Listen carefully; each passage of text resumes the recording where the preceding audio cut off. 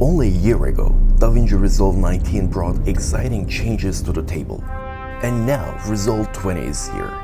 In just a short span of time, Blackmagic has delivered a wave of powerful updates, including AI-driven tools, refined workflows, and enhancements that truly elevate the grading experience. While I will dive deeper into each of these in upcoming tutorials, this short video is all about the features I've personally explored and the ones I'm already loving. So let's dive in.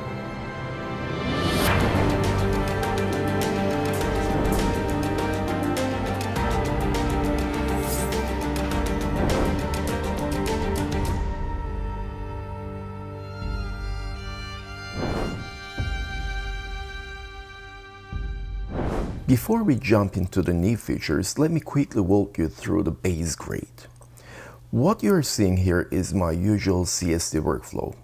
I'm starting with red footage, converting it from red white gamut RGB and log3 G10 into DaVinci White Gamut Intermediate using the input CSD. Then for the output CSD, I'm converting DaVinci White Gamut to Rec 709 with Gamma 2.4. This setup gives us a clean and neutral starting point to build my look on top of it. And right before the output CSD, I added a DEHANCER node to apply the Codec 2383 print film profile, one of my favorite looks for a cinematic finish. But if you don't have DEHANCER, no worries, you can achieve a similar look using DaVinci Resolve Studio's built-in film look LUTs. And if you want to learn how to do that, you can check out my tutorial by clicking the link above. And finally, right after the input CSD, I made a basic contrast adjustment using the primary wheels, lift, gamma, and gain. Alright, now let's start with the first update I really love, the Magic Mask. This tool was originally introduced in DaVinci Resolve 17, if I remember correctly. But honestly, I had a bit of a love-hate relationship with it. It never gave me the result I wanted without a fight. But in Resolve 20, Magic Mask has been improved significantly. Let's create a node and explore it firsthand. In earlier versions, we had to draw a line to define the subject. And now in Resolve 20, we just place small dots. So let's start by clicking on her head and turning on the highlight mode. Okay, good. What I want to do here is change the color of the scene, but of course excluding her. So before fine-tuning the mask, I'm going to create an outside node and make the adjustment using the HDR global wheel. I'm using the mini panel, by the way, but you can do the same thing using your mouse. Okay, this is looking good so far. Now let's go back to the Magic Mask node and continue selecting the rest of the talent's body. Look at that.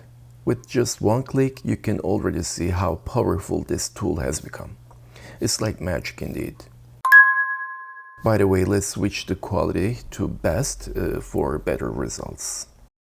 Based on my experience, I find it most effective to place the dots near the corners and edges of the subject. That way you give Resolve a better sense of the boundaries. Maybe I'll add one here as well. And here. Okay, I think this looks good enough. Now let's try tracking it and see if it does the job.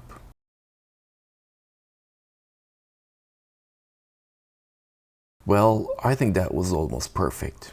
I didn't notice any issues with that track. Well done, Resolve. Just a quick tip though, if you ever run into problems with the selection after tracking it, you can always fine-tune it using the clean black and clean white sliders, and maybe add a bit of blur to smooth the edges. It can make a huge difference. Now let's take a look at it. Look at that, isn't it beautiful? Okay, now let's move those nodes out of the way and take a look at the next exciting update, the new color warper. In this version of Resolve, we're introduced to a new Chroma warp mode, With the standard stroke mode enabled, we can simply select a color directly in the viewer and drag it to shift and enhance the hue. Let's try it with the red on her chest. I want to make it a bit punchier, so I'll drag it slightly toward red. Now, to keep things consistent, let's do the same with the blue on the other side of her chest. Just a slight adjustment. Perfect. Let's check the before and after. Looking beautiful, right? But if you look closely, you'll see that the red adjustment also affected her skin tone a bit. But no worries, there is an easy fix for that here. Just click here and add a pinpoint to lock the skin tone area. There you go. One click and it is done. Let's check it again. Yep, perfect. Before we move on, I feel like we can tweak the background color slightly to make it a little bit more pronounced, punchy. Let's go back to the background node and adjust that. Yes, I love it. The next update I want to highlight is depth mapping. As you know, this feature already existed in earlier versions, but in Resolve 20, it's been improved significantly. We now get faster scene analysis and also more practical and accurate maths. Once applied, we can use the adjustment sliders to refine the selection. Look at that easy. I'll also lower the tolerance just a bit to get rid of the corner. Yeah, that looks good. Now, I'll invert the selection so we can affect the background instead of the subject. Okay, now let's slightly lower the exposure to make our talent pop a little more. Let's check it. Awesome. Alright, the next update I want to share is on the edit page. And this one is seriously cool. The new AI music editor. As you know, when we create videos and want to add background music, it's always a bit of a challenge to match the length of the music to the length of the video. But with Resolve 20, that process just got a whole lot easier. First, let's add a music track and take a listen. By the way, I'll bypass the color grade so it plays more smoothly.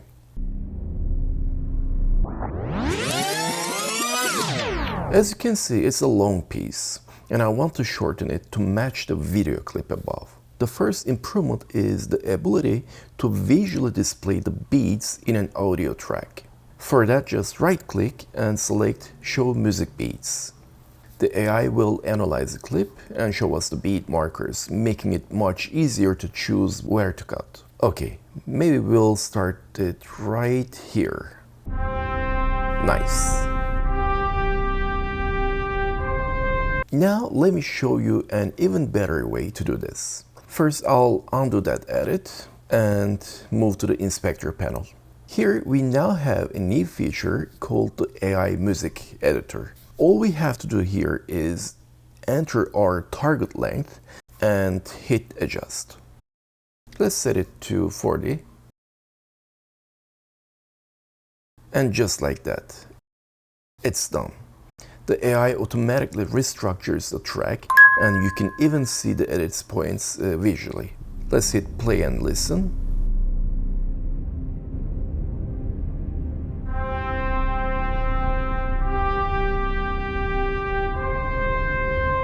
Beautiful. You can hardly notice the edits. It sounds seamless. If you still want to fine-tune the length, there is another great option as well, live trim. Let's enable it. Now, as we trim the audio track, the AI dynamically analyzes and re-edits the music so it ends right at our target length, just like that. Alright, the final update I want to share is all about the interface, and it's a big one for modern filmmakers. As we all know, vertical video is becoming increasingly popular thanks to smartphones and social media. Well, the new Resolve 20 takes that into account and introduces a much more vertical-friendly interface. For that, let's switch to vertical mode in our project settings. And now, when we go back to the color page, you'll see that the timeline viewer moves to the right side of the screen. This layout makes vertical workflows much easier, and grading in this orientation feels way more intuitive, with the tools now better aligned to the frame. And that's a wrap. We just went through some of the best new features in DaVinci Resolve 20. I hope you enjoyed them as much as I did. If you found this helpful, feel free to like, subscribe and stay tuned, because we've got more deep dives and tutorials coming soon. Thanks for watching, and I'll see you in the next one.